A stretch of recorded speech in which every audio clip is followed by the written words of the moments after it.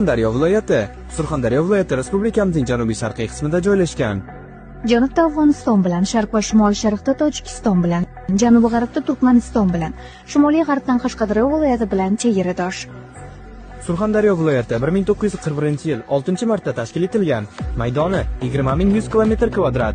Aholisi 2.970.000 kishini tashkil etadi. Ma'muriy markazi Termiz shahri. Surxondaryo viloyati ma'muriy jihatdan 14 ta tuman: Oltinsoy tumani, Angor tumani, Bandaxon tumani, Boysun tumani, Muzrabot tumani, Denov tumani, Jarqo'rg'on tumani, Qumqo'rg'on tumani, Qiziriq tumani, Sariosiyo tumani, Termiz tumani, Uzun tumani, Sherobod tumani, Sho'rchi tumani va ma'muriy markaz Termiz shahri. Bundan tashqari viloyatda 8 ta shahar, 112 ta shaharcha va 859 ta qishloq aholi punktlari mavjud.